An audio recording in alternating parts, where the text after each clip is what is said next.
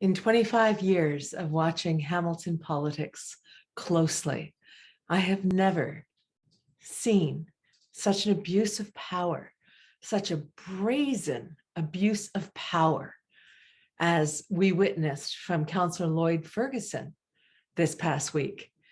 This one little clip, when we posted it online, has had thousands and thousands of views. And there's a reason why. It's outrageous. I have so many questions, but before we get into that and our amazing panel here on the OShow this week, let's have a look at the clip, because I think you have to see it to believe it. HCCI, well, they do get some funding, I believe, from the city, has become a big critic of the city. And I want to make sure that if we're going to fund you, you're not going to go down that same road. I want you to focus on helping those who are subjected to racism and seek the help of the city where we can.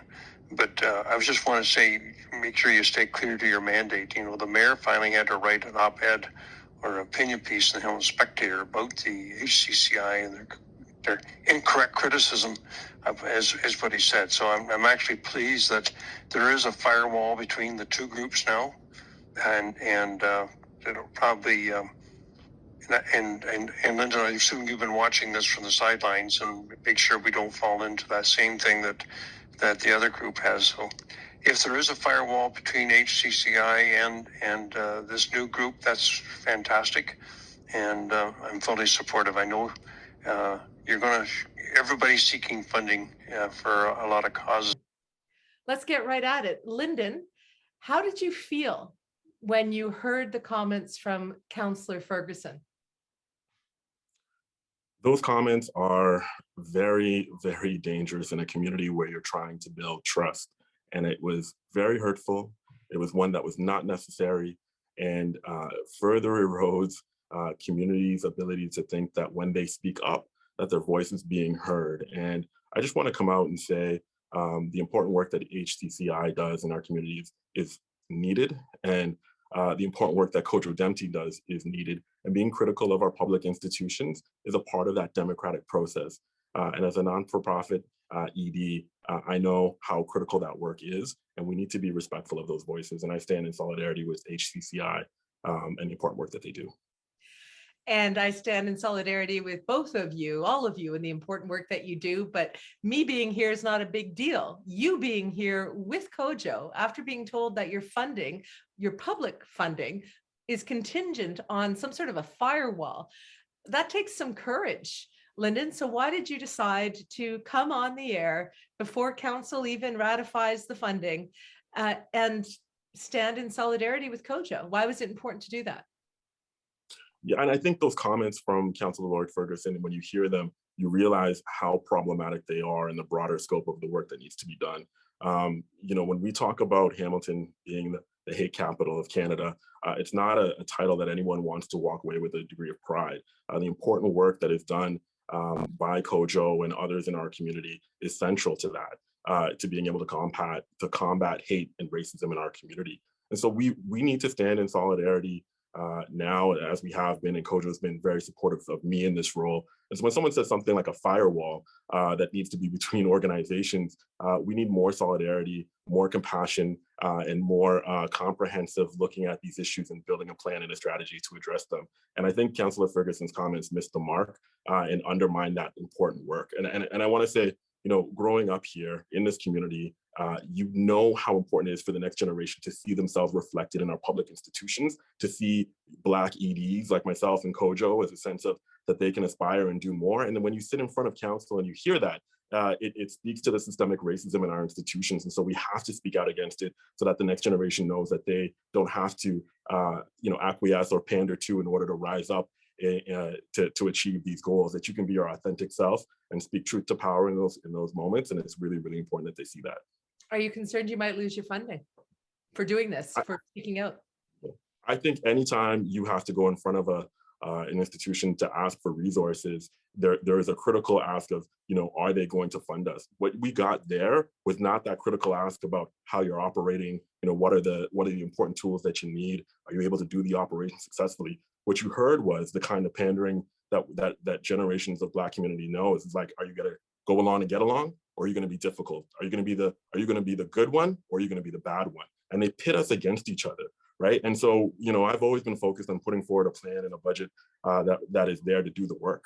And I hope Councillor Ferguson is able to do the same when it comes down to on behalf of our community. I know this week with regards to budget consultation, and he's not going to get posed that question, right? Like, he has the autonomy and the privilege to sit there and not get asked that kind of in that tone or in that way. So why is it okay to do that to racialized, to Black, to communities of color that step up and are looking for public funding? And it's that sense of ownership around the public dollar that is that undercurrent of racism that you experience when you go before, and how they tether it to, are you doing what we intended you to do? Not whether or not, you're doing the important work of combating racism.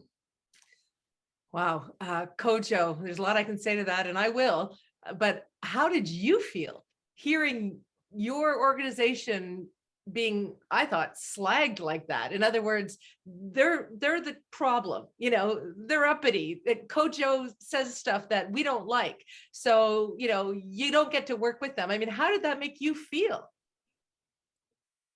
Quite frankly, I think that's Councillor Ferguson is the last person who should be talking about issues around anti-racism. This is a councillor who was disciplined in 2018 for making unfair comments to former Councillor Matthew Green. This is a councillor who made stereotype comments about the country of Colombia, and the Colombian Association here in Hamilton asked him to apologize.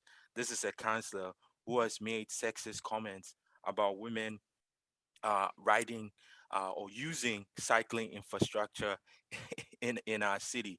This is a councillor who refuses to fund ambulances in our city when there are people that need ambulances to get to our healthcare institutions. So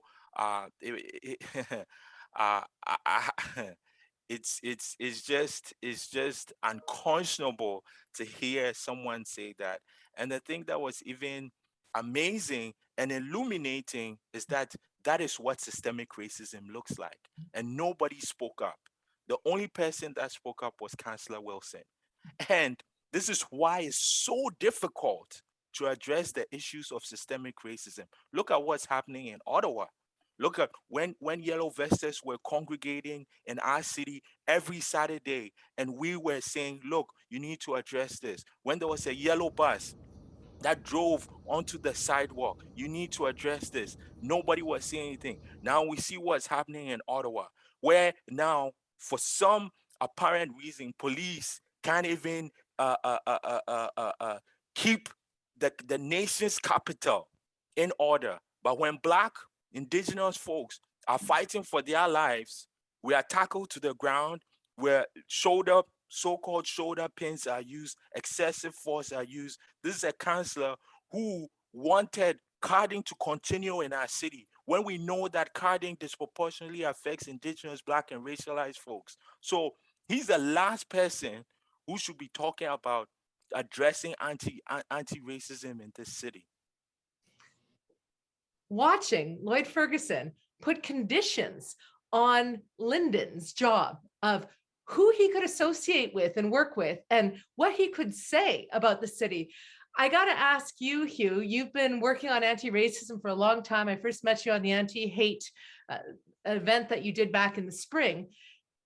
Have you ever heard of an organization being led by a non-racialized individual getting those kinds of conditions on their behavior? Have you ever seen that before? Because I sure as hell have not.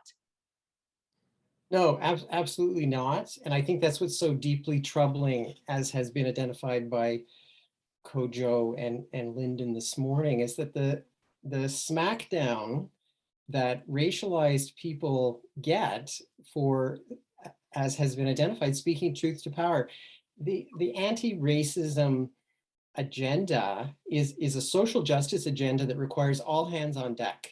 Everybody benefits from that agenda, and everybody needs to be standing in solidarity, and that includes council.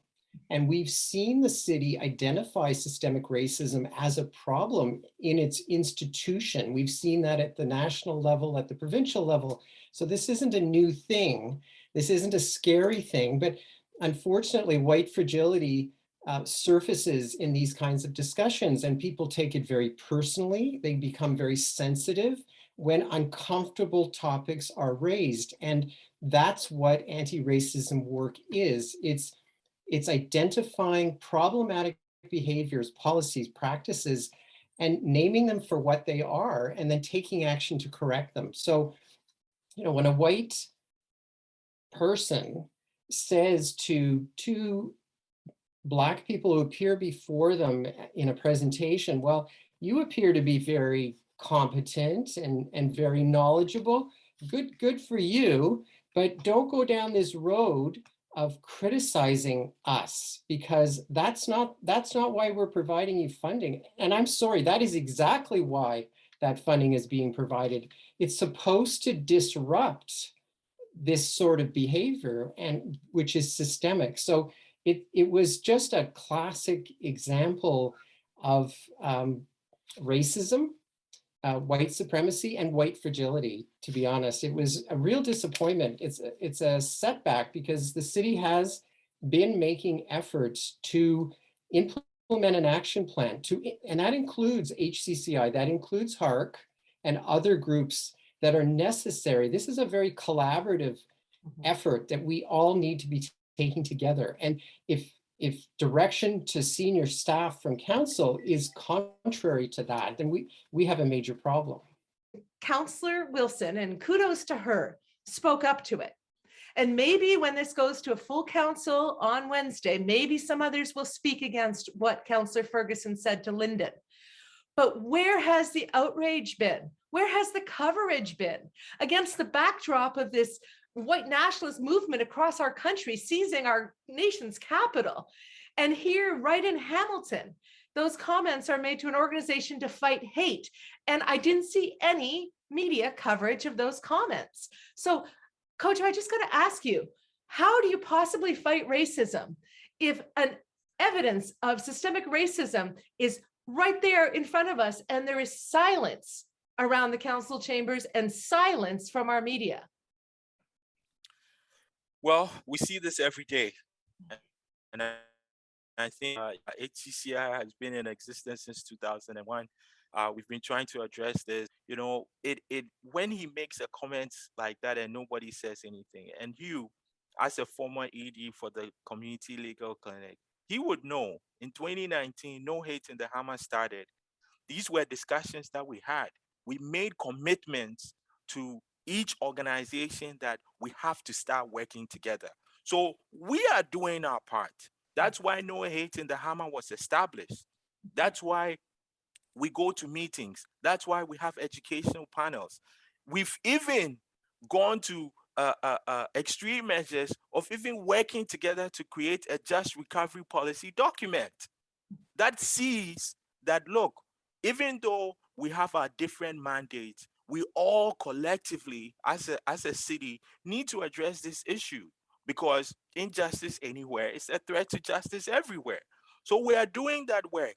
We are committed to it, even though we have limited resources, right? And here you have a new organization asking for not even 500K, which I can guarantee you is the amount of money and more that needs to address this issue. So it really undermines the work that we are doing, because lots of organizations, the Y, Disability Justice Network of Ontario, Community Legal Clinic, SPLC, Social Planning and Research Council, and others are all committed to ensuring that we address this issue of systemic racism, hate.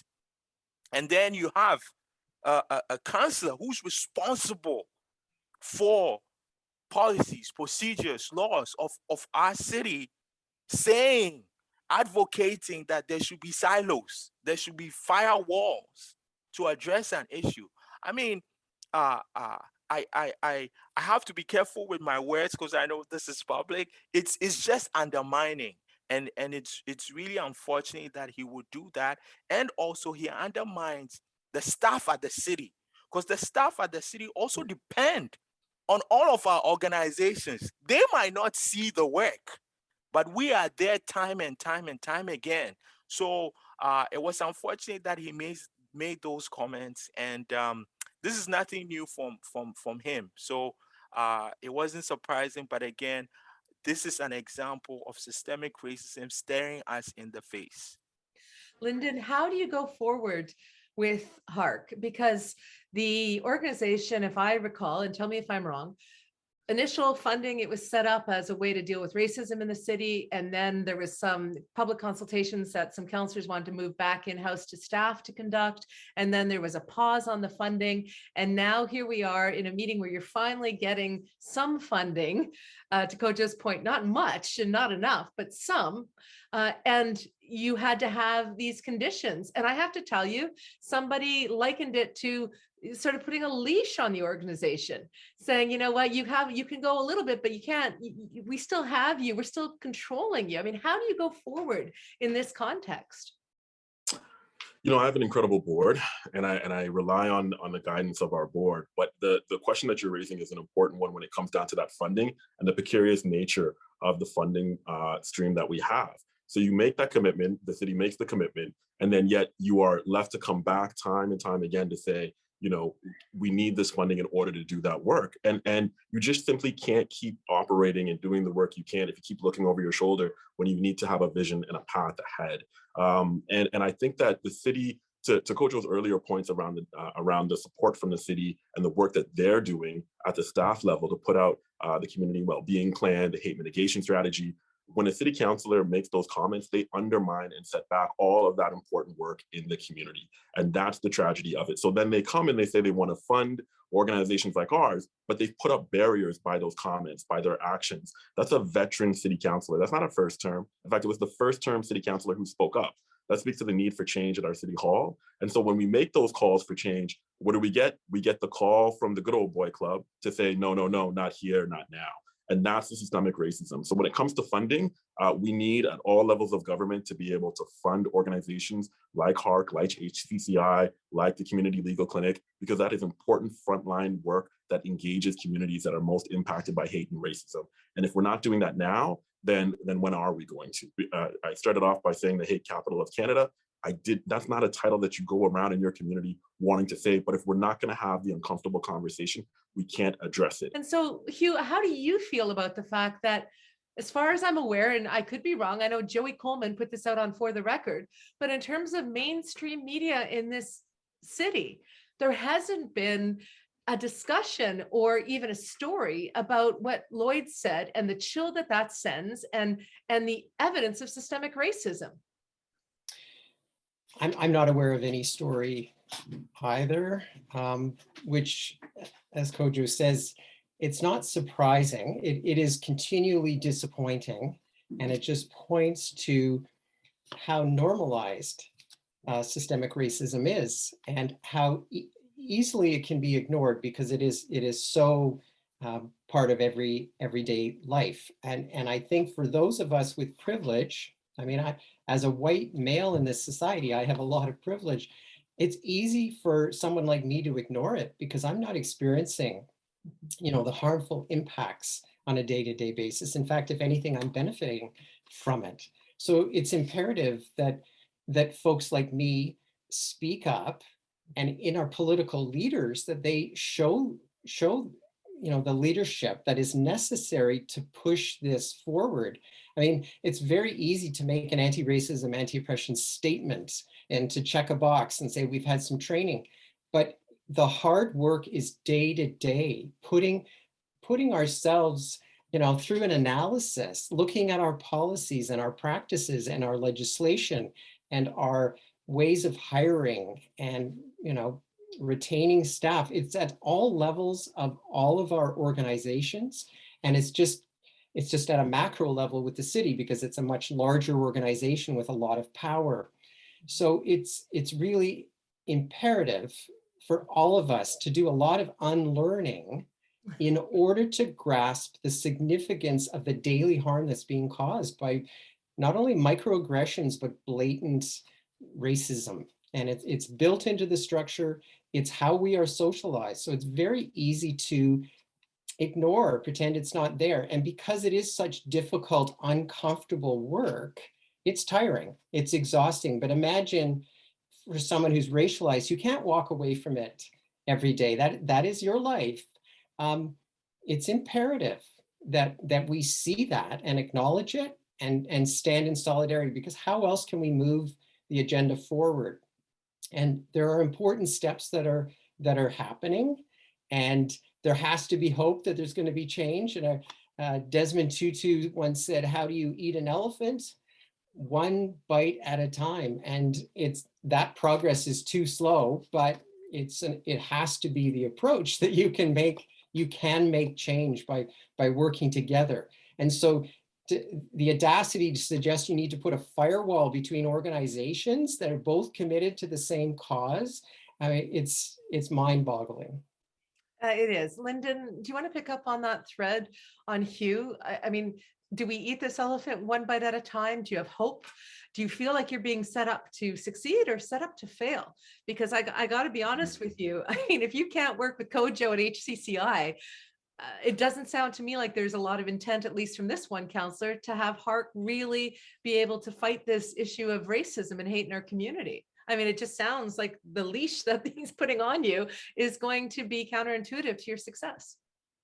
I want to raise the point around looking at how HARRC came back to be. And I think you had a discussion at City Hall around how are we going to fund it? What will it look like? You had community consultations, and then you have this approach to say, okay, well, now just go ahead and run with it. They came out and said, look, we're going to give you a portion of funding, but you're going to have to also go out in the community and raise funds. I often say I'm an executive director of one.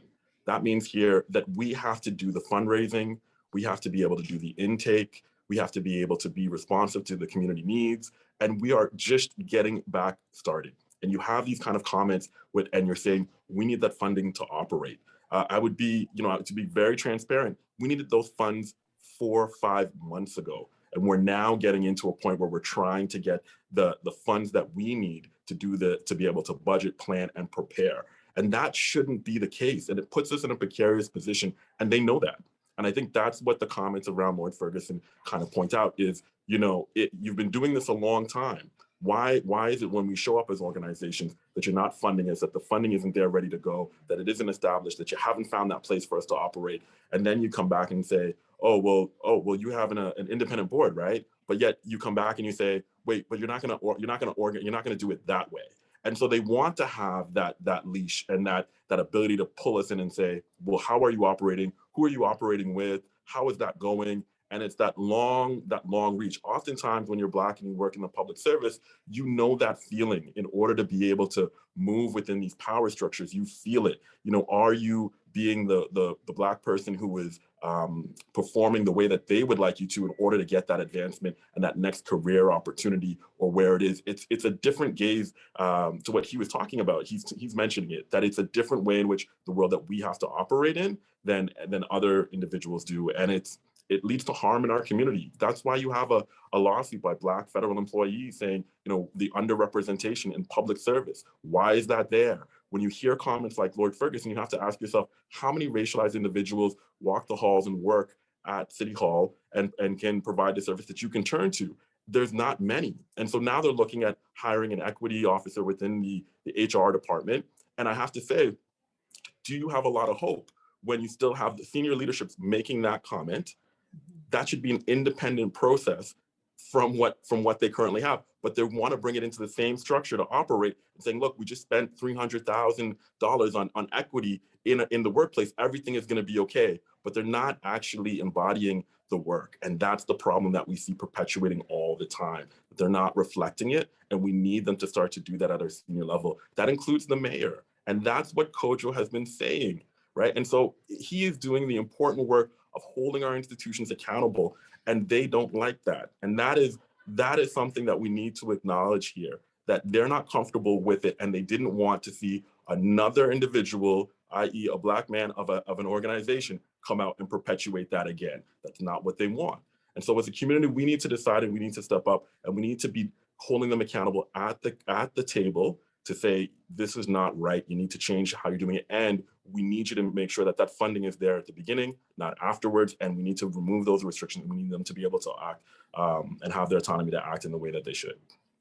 Yeah. excellent points all. I have to bring it to the money issue with you though, Kojo, because money matters. You know, it doesn't matter what the intents are. If the money isn't there to fund Lyndon's job, if there isn't the resources to do the work, then the organization can't do the work, and money matters. And when you were criticized, I would even say that veiled threat, or you can describe it, characterize it however you want, when Councillor Whitehead saw that the city was successful in turning the integrity commissioner's guns onto a citizen, Cameron Kretsch, on the LGBTQ community committee because they didn't like Cameron's criticism, et cetera, et cetera. He turned to you on Twitter and said, we have new powers. You know, you better kind of watch out, Kojo, HCCI. Let's see how this extends, or whatever that terrible tweet was. But your organization received, I think, $5,000, you told us on the OShow, as an immediate response to that, because people recognize the need to fund your good work, because it wasn't fair that you were getting that kind of a suggestion from a sitting councillor. So is there an opportunity here for HARRC to get more community support because of this comment from Lloyd? Is there a way, Kojo, that we can support your good work and HARRC's good work and No Hate in the Hammer and any other organizations that we're not aware of, or what would you have us do to help you fix this problem? Yeah, I think first off, yes, support all the organizations. You know, we have the Refuge Newcomer Health Center, who has been vaccinating over thousands and thousands of people since April 2021. You have the Disability Justice Network of Ontario, who has been ensuring that disabled folks here in Hamilton have access to housing, have vaccines, have food. Obviously, HARRC. You have Empowerment Squared. You have it would be bad for me to not mention this. It's Black History Month. You have the Hamilton the Hamilton Black History Council here, who just released or are going to release a database outlining the history of Black Hamiltonians here in the city. You have ACA. These are all the organizations that you can support. And again, these organizations work together. It's something that we've been doing for years, and we'll continue to do that, and we hope people will support that work. At HCCI, we've always had the mantra that we have to support the community. Power lies within the community, and that's why we serve the community. So when they bring forth options and suggestions that need to come forward so that we make Hamilton better, that's exactly what we're going to do. So we'll continue to do that. We'll continue to work in collaboration and hope that we move the city to a better place.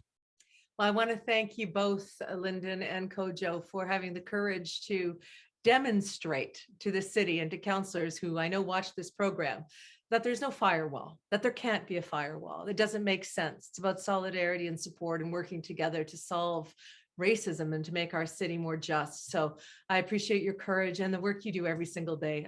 Honestly, I can't imagine what you go through, the kind of hate and garbage that you get. We've heard some of it when Sarah Jama was on the program talking about death threats. And I mean, the work that you do is amazing. I wish it wasn't necessary, but it is, and we all need to support it. So thank you. And thank you, Hugh, as well. You are all three voices that people trust on the issues that they care about in this city.